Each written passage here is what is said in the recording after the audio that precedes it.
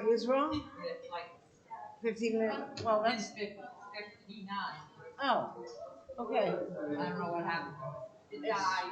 I guess it needed a battery. I guess it is. I've been looking up there saying, gosh, it feels like I've been here for 45 minutes. I'm not gonna wear mine up here. Hey, Chris. I'm good, honey. How are you?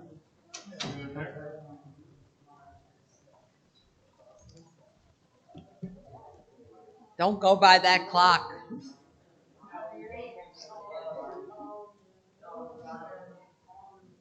That clock must have died. Start without you. I'm gonna get my winter coat. I got it in the office.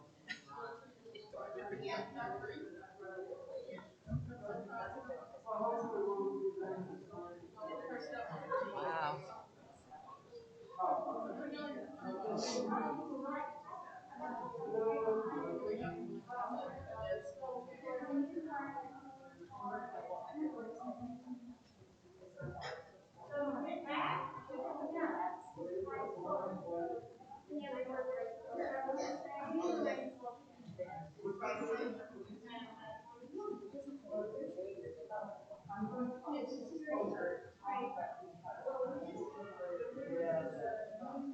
Do you want me just to start? In another minute. All right. Everybody just left to go to the bathroom. Like, All right. there's only a few people here, so. Yeah. And Bob left to get a jacket. I will wait till we have more. Well, we're not. I'm just gonna wait till they get out of the bathroom. This is it. Maybe I'll even brush my hair.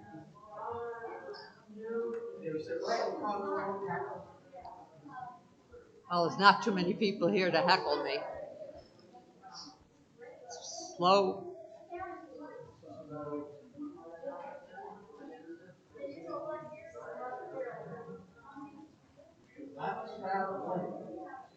Well, everybody's leaving. Why are they going outside?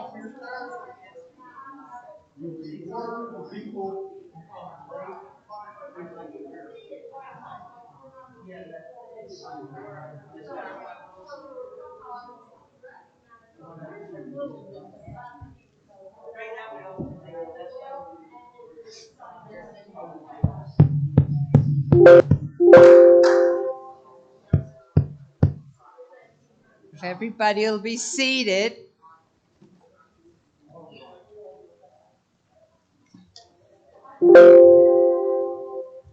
Jackie will begin.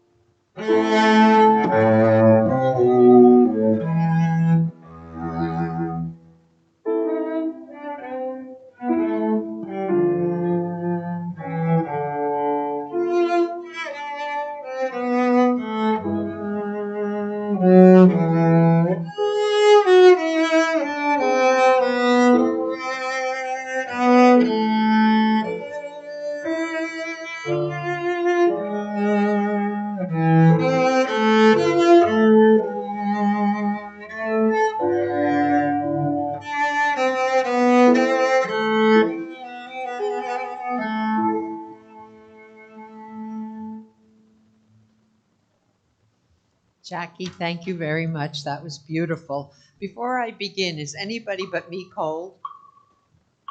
Is everybody all right? Okay, all right. You can't stop it. Huh? It's like the world. You just can't stop it. We have, Apologies. okay. Good morning. Morning. Welcome to the Treasure Coast Unitarian Universalist Congregation in Stuart, Florida.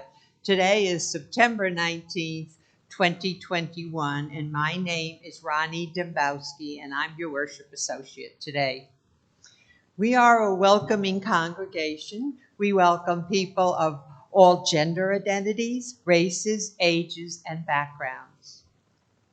It is wonderful to see all our vaccinated members and friends in the sanctuary today.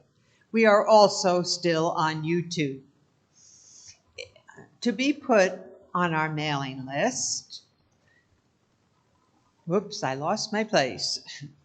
You can find the information to be put on our mailing list by going to our website at tcuuc.org.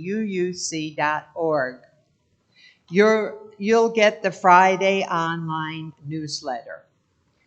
Announcements today are, first, when we are following the UUA's recommendations, and we are not allowing any singing or the chorus right now. But please, to the hymns, feel free to hum along wearing your masks. We also are not having food or drink at this time. Another announcement is we're having 2 brown bag lunches this coming week. One is the regular one on Tuesday, September 21st at noon. And the other one, we're having a special one on Sundays for people, especially since some people work, after the service on September 26th. So that'll be 12:30, 1 o'clock at the same park that we always have it at. If you need any more information about it, you can always see Pam, who is our leader. Okay.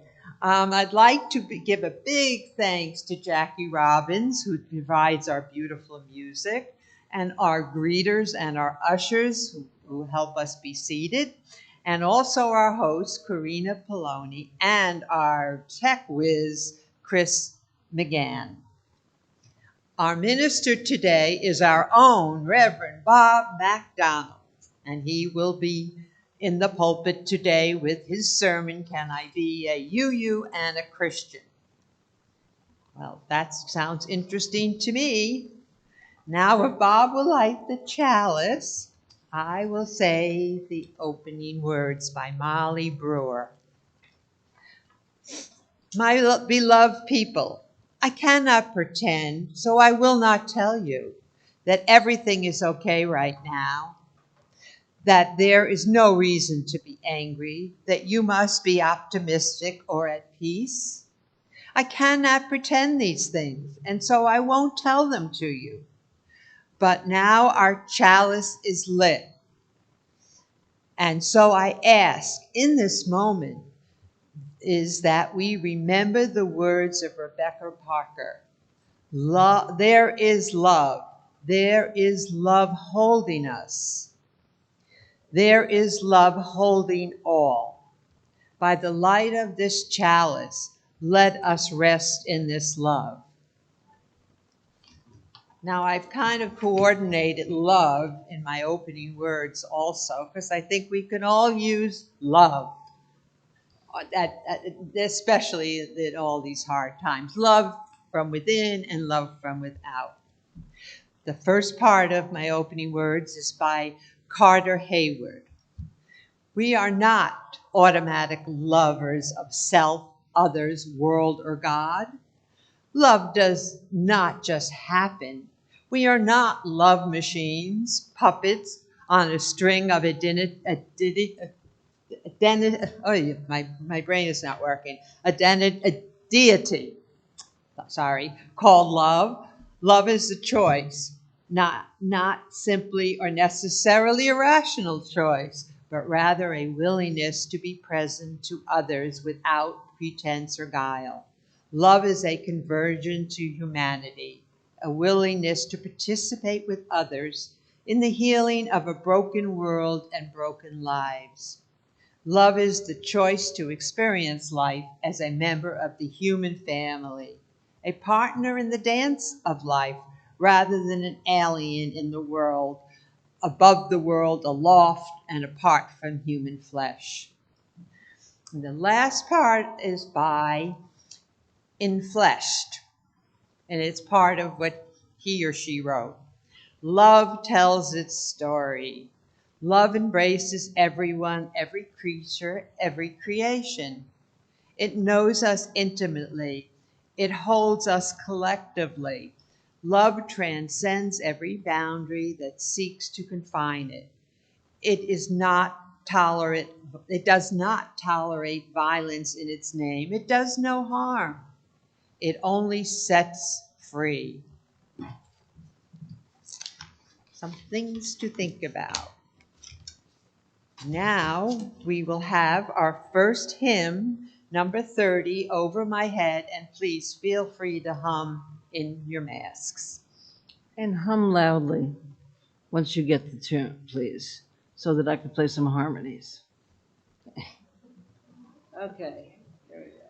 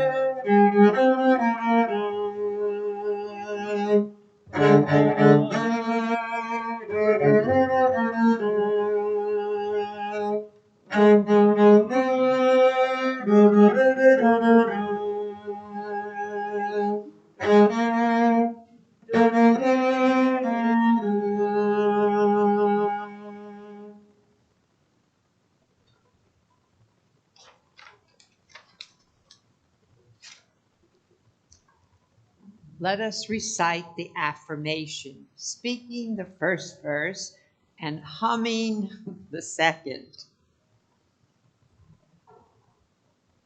Love is the spirit of this church, and service is its law. This is our great covenant, to dwell together in peace, to seek the truth in love, and to help one another. And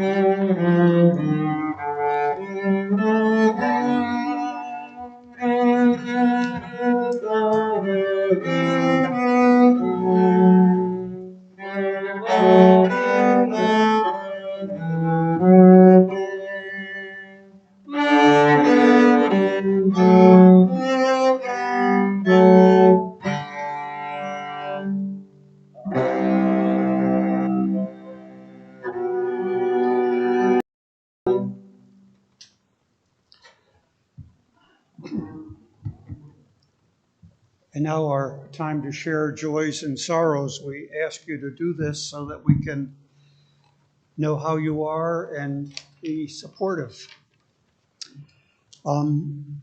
Before I ask you to come to the mic and tell us your name and your matter of joy or sorrow and move a rock into our symbolic stream, I'll just mention a couple things. Yesterday, we celebrated the life of Regina Lupu, and it was like a tribute to Nathan. So it was like a love service to this couple, and we'll certainly hold on to Regina for a long time. And I'm going to share the joy of this woman, Pat Tosney. Do you want to tell us why you're back briefly? Yeah, come on up here and tell us your name, Pat Tosney. And place a rock for yesterday. My name is Bob MacDonald. I've been here for a year and a half or more, and I've never come up here. I've always been a little shy, but I have good news. Step a little closer so we can all hear your good news. I had extensive testing done up north for about 3 or 4 different ailments that were discovered in the month of August, and it was decided that I should come home because I might have to start chemotherapy and other stuff. Well, I've now had 2 more tests, and the definitive one says I do not have cancer. Yay. Great.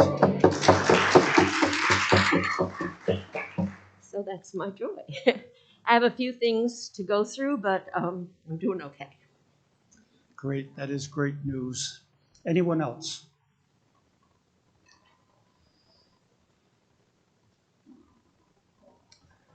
Hi, I'm Fred Dembowski, and I'm very joyful that my lovely wife, Ronnie Dembowski, is focusing on love today.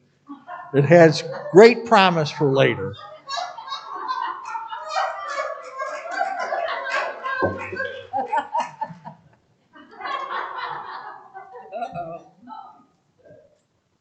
I'm Ronnie Dembowski, and I'm not answering that. How I don't have a joy, I have a sorrow. My stepbrother, Howie, cancer has returned, and now he's in New York City having stem cell cleaning and putting back in and chemo and all these horrible things. And I want you to keep him in your thoughts, please.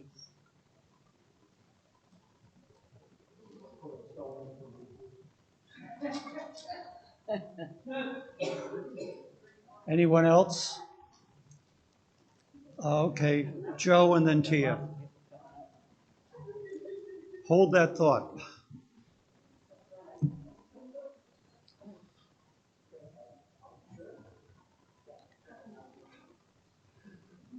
Good morning, I'm Joe Giannacaro, and I've learned don't follow the Dembowskis. You just can't do it. I mean, they're just too good, too funny. Thank you for sharing, Fred. And shocking, I'm not going to say anything except I have a sorrow. It's a family thing. That's it. But whatever positive vibes you can send, I certainly appreciate. Hi, I'm Linda Shuey. I have a joy. I just got a text yesterday from one of our adopted African children. We adopted them in '09 with the Unitarian Church, and we followed their lives through. And about 3 or 4 years ago, another son, yes, he had like 10, another son came over from Africa. And he's had just a really terrible background. and he's decided to go to college, and I'm so excited. He texted me last night, and we're trying to get him into High Point University. So you guys, I'm going to be sharing this all through the year. He speaks Swahili and French and English, and I'm saying we'll use that. So I'm just very excited. It's just, he's just a wonderful young man, and he's been through so much. There are miracles. Thank you. A stone. Tia.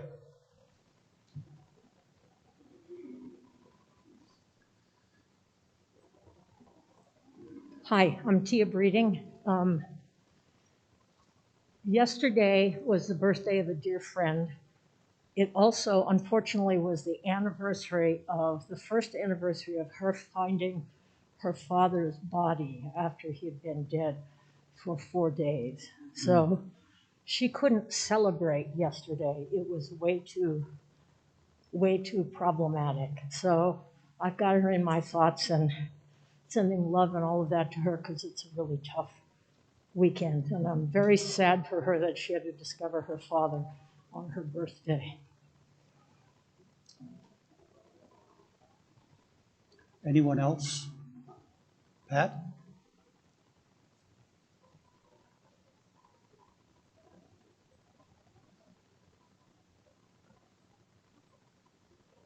I'm Pat Burt. Just going to bring up something about my husband, Joe. I don't have any results yet, but we're waiting on 2 troubling medical issues, potentially from severe lower left abdominal pain, possible diverticulitis, and then also CAT scan showing a growth on right kidney. So it'll take a while for this to play out, but your thoughts while we're waiting would be helpful. My joy is that my precious, precious toy poodle Ginger will be 15 tomorrow. Wow. Yes. Barney.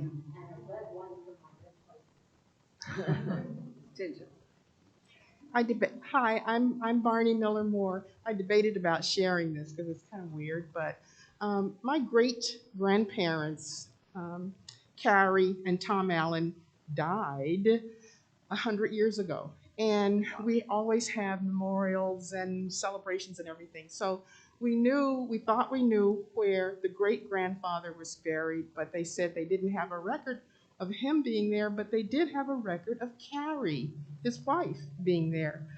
My husband John and I, we're historian buffs, went to that cemetery, and we went around to the left and we looked at all of the old graves. We came around to the right. I found one that I thought might be hers, and John said, well, her name wasn't Emma, it was Carrie. So I turned around, and there it was. Carrie Allen, December 1st, 1871, died March 13th, 1926. So it's almost 100 years. But anyway, I just thought I wanted to share that with you because that was phenomenal for me to make that connection. So I have pictures if you want to see. We're glad to hear all things phenomenal and a little weird. Anyone else?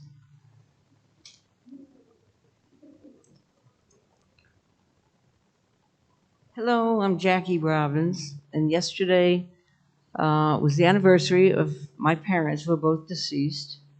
They met during World War II, married in Australia because he was stationed in New Guinea. Anyway, they loved music. They met at a dance at a synagogue, and today, as for the final piece, the postlude, I'm going to play "The Autumn Leaves" because my mother loved to sing it, and I just wanted to let you know ahead of time that that's for my parents. I love deeply. Anyone else? Well, I know there are always more than we say out loud, so we move a stone for people on our minds or issues in our hearts that just stay there.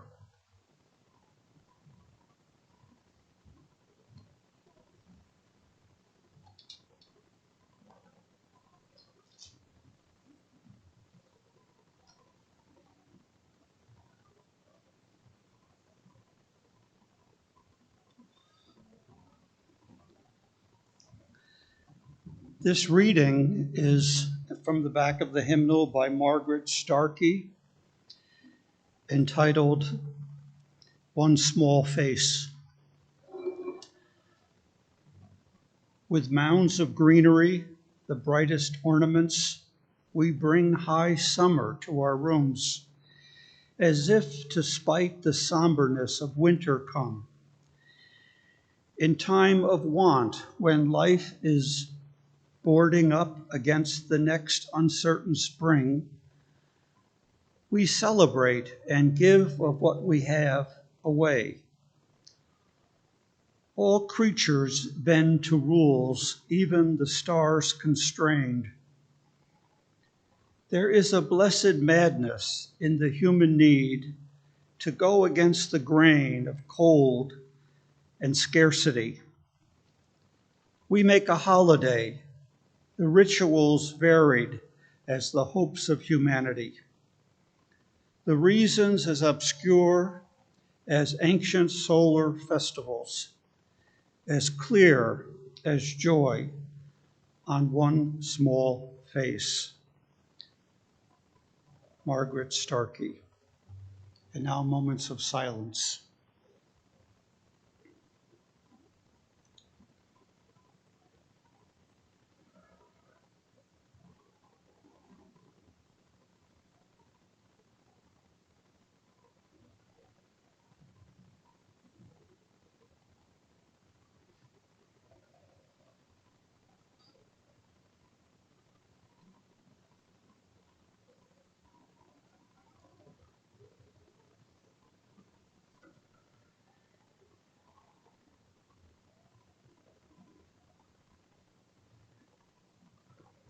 Spirit of life, we used to hum and sing, and now we hum.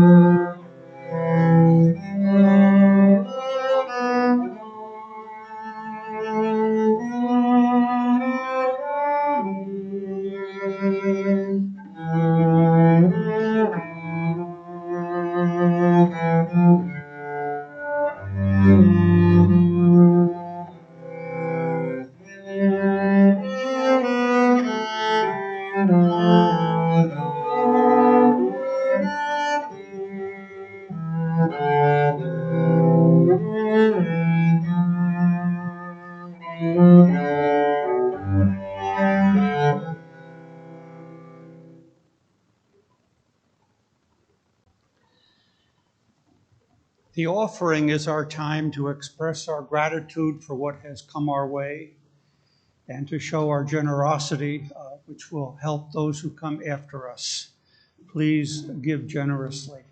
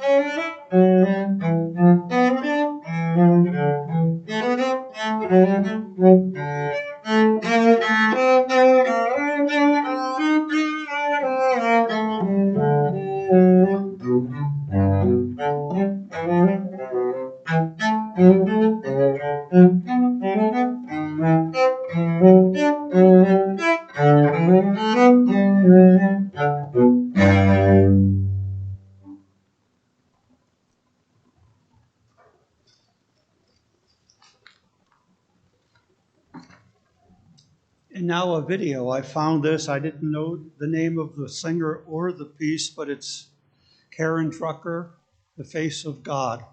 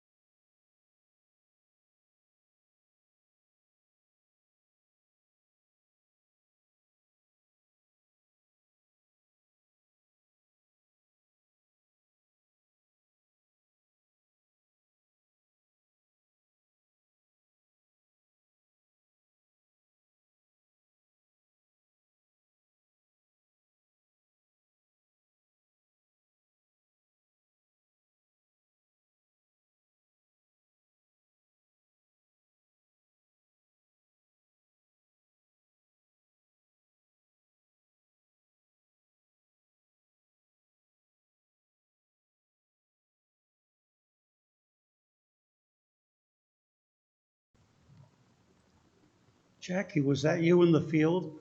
No, that was my long-lost cousin. He was playing backwards, too. But the whole thing begs the question, who isn't the face of God?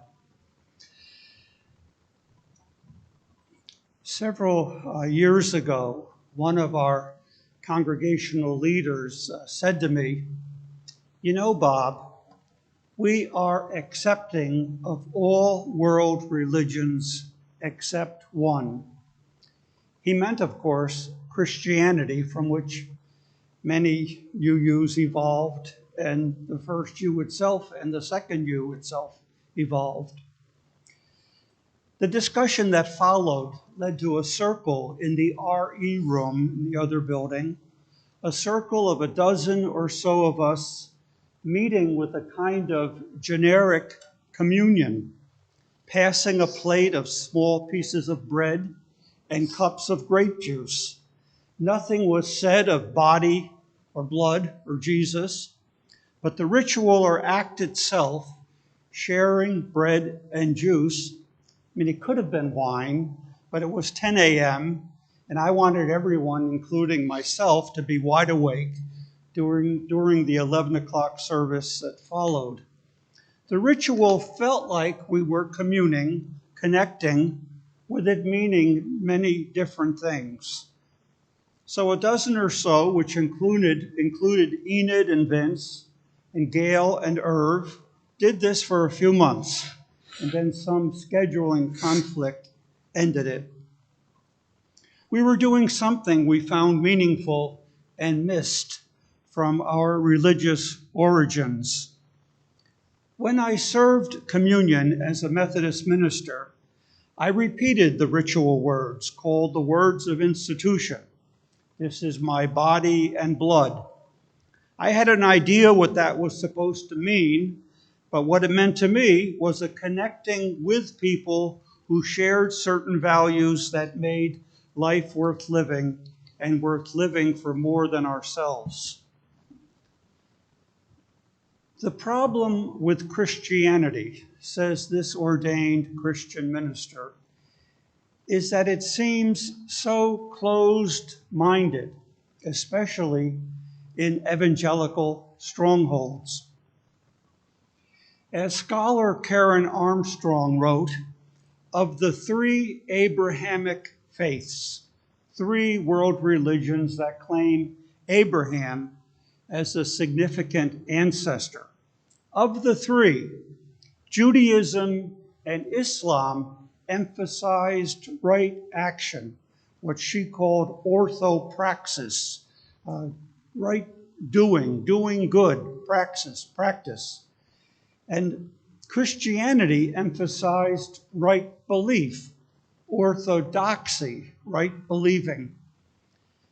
And as scholar Elaine Pagels wrote, nobody demonizes fellow believers in their own faith like Christians, and from the very beginning. Is that because the first Christians were Jews who wanted to say from the beginning who the true Jews were? That was a sad beginning, never owned enough, in my opinion. We had a couple of evangelical Christian young women who came to worship and saw our book discussion on Wednesday and came to that. I used to call it a faith discussion group. We read books to talk about our faith. And the rule was anyone was welcome to say what you believed and how anything we read spoke to your faith. But no one would tell anyone else what they should believe. That was the ground floor. Well, these two young women told us how they believed and how if we wanted salvation, how we should. I interrupted them and reminded them of our rule. And we moved on, and they did. I wondered if we were a mission for them. Mission not accomplished. So my topic, UU and Christian, question mark.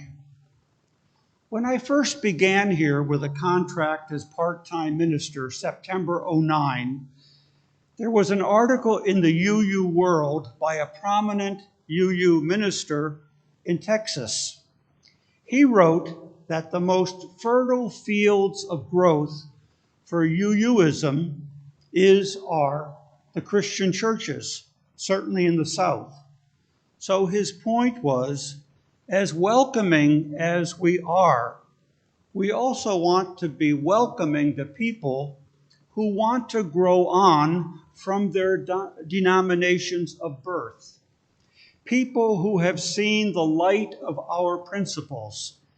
People who might find their religion of family of origin judgmental and condemning of people for being who they are, and just want a faith that doesn't judge or condemn. David Craig, our UU donor, who put together the gift of this new building, said to me practically from his deathbed, of course we want families with children to come, but the bulk of people who are likely prospects are middle to older aged adults who discover they want something more than they started with. The more means use of their brain that affirms science and expansion of their hearts that doesn't judge people who believe or love differently. Isn't it mind-boggling and unspeakably disappointing that in America in 2021, we have to shout, "Listen to the science," while those who won't are killing us, not in the future, but now. The climate change deniers, while we are burning up and drowning, and the vax and mask deniers, even as the death count rises. In 2021, in America. I thought of that as some at our house were in the street Wednesday evening, 8 p.m., to see that launch. It was a beautiful, magnificent thing to watch. What does it mean? No idea. But what a tribute to what science can do, and our hoped for victory over COVID and the variants. Only science will get us there, and some gutsy enforcement from public health people. Some of us remember the victory of the Salk vaccine over polio. Were there people in the street and school board meetings and governor chairs shouting, "We want to be free to die from polio"? That was the 50s. How we've progressed. And the churches with anti-gay planks have been a travesty, but several have budged. The Congregationalists started accepting and ordaining gay and lesbian people, and Episcopal and Lutheran and Presbyterian followed. The largest denomination in America, the Southern Baptist Convention, hasn't budged. The second largest, Methodist, is splitting up with a progressive faction and a traditionalist faction. The progressive faction will be lined up with the first denominations I mentioned. The traditionals will likely say that gays are welcome but unscriptural, which is what the whole denomination says now, and why it is splitting. Reason doesn't seem to be a burden to the condemning crowd. Reason that could sway the mind to recognize Scripture is dated and has been updated plenty, except with biases we prefer to keep. One of my favorites is the line in Leviticus, Hebrew scripture. Children who curse their parents shall be put to death. Nobody quotes that anymore. You never hear that on Mother's Day. I would be childless were it to be followed. What's most promising is that young people have moved on to non-judgmental inclusiveness. We need to follow them and let them teach us more than things about tech. UU and Christian.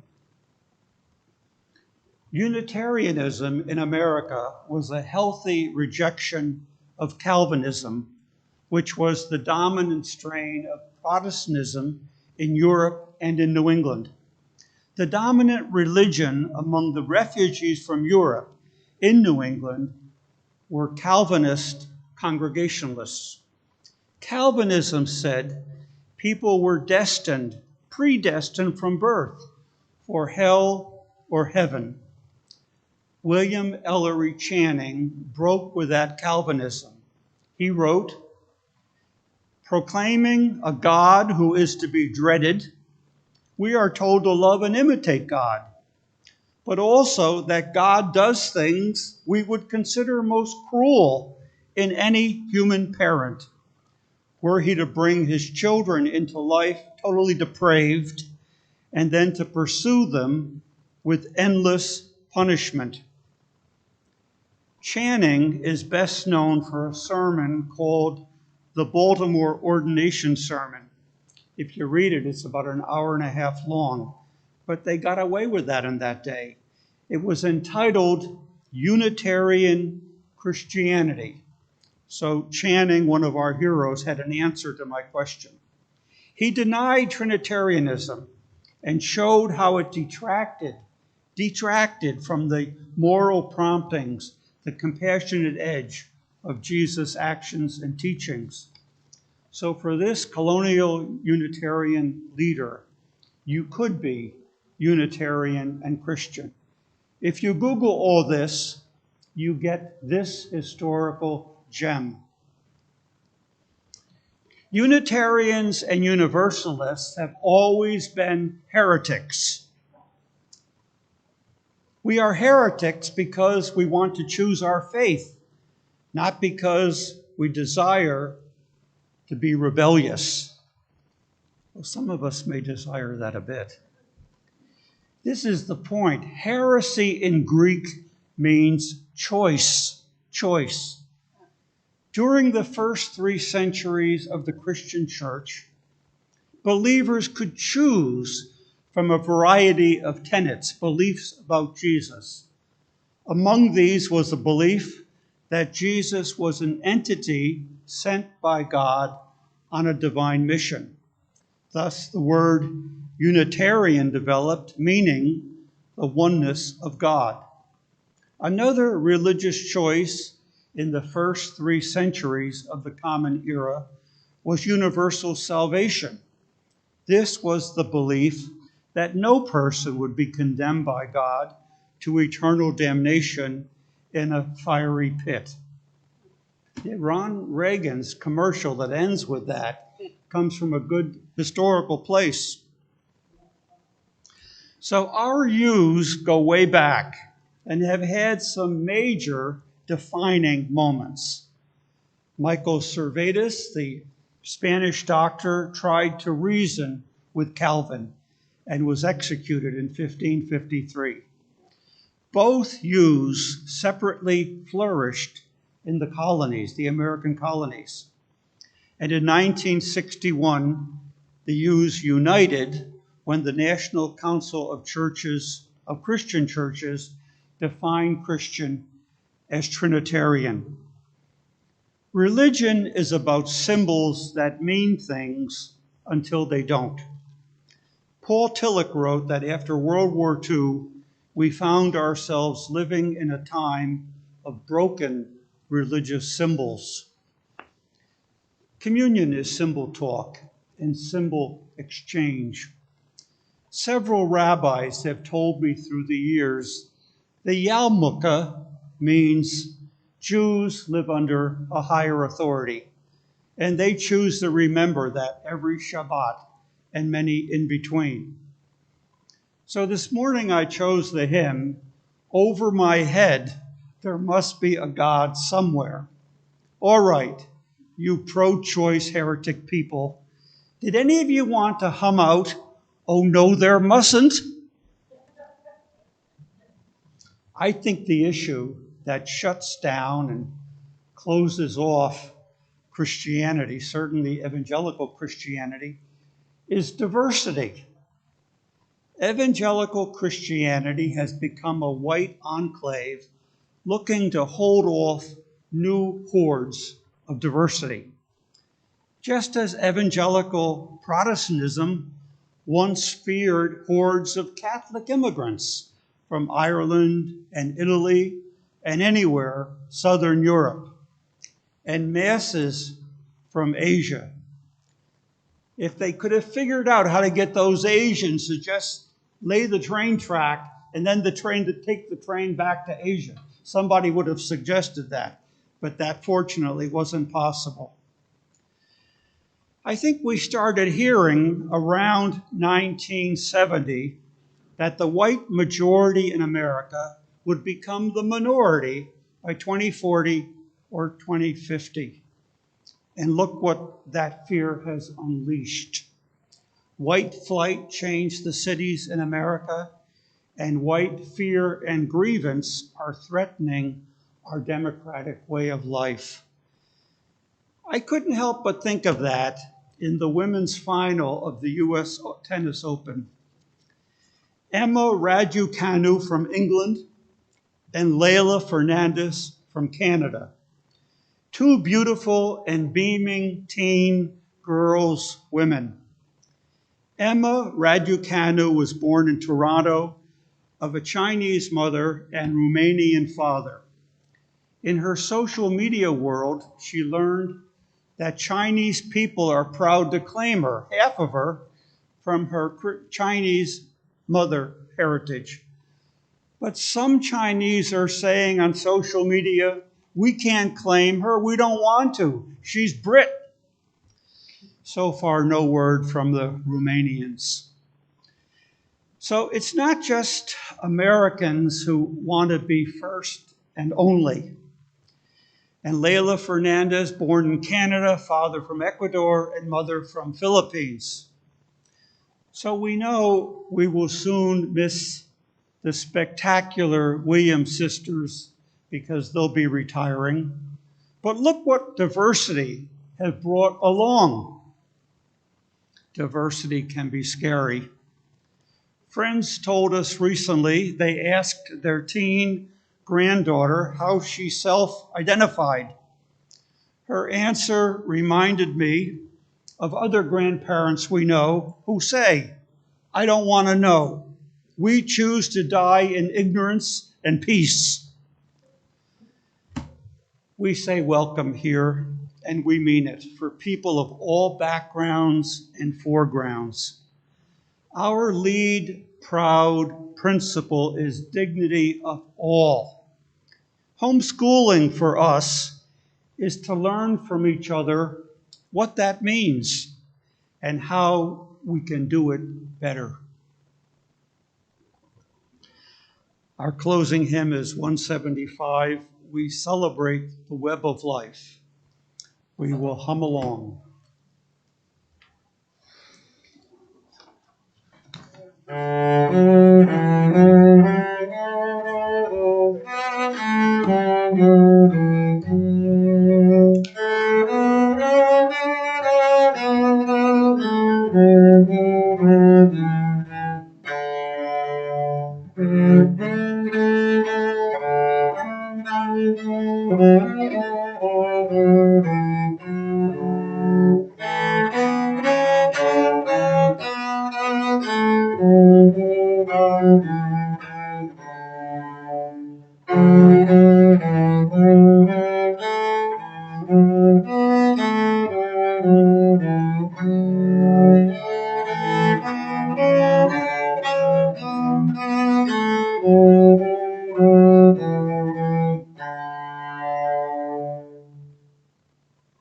Look more.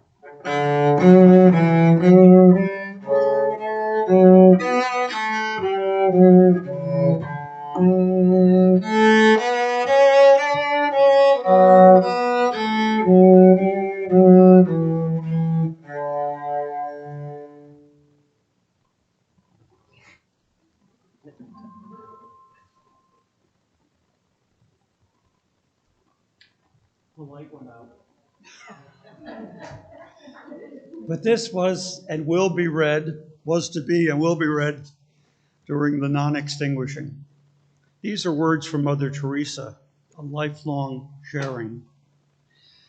Love cannot remain by itself. It has no meaning. Love has to be put into action, and that action is service. Whatever form we are, able or disabled, rich or poor, it is not how much we do, but how much love we put into the doing. A lifelong sharing of love with others. Mother Teresa.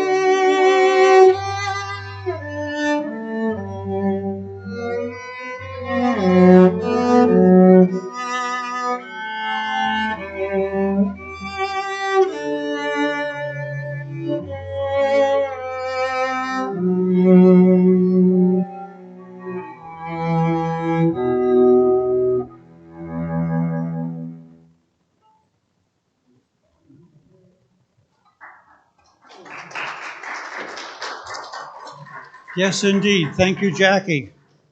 I got to thinking, as you make your way out, next Sunday, we're having this park gathering at Memorial Park, in Stewart. You could all dress down a little bit if you want. Bring a bag lunch, keep it in your car. We could just all go over. Like we could meet over there and just have church, couldn't we? But no, we aren't going to do that. But dress down and come over afterwards. Little fun after the service next week.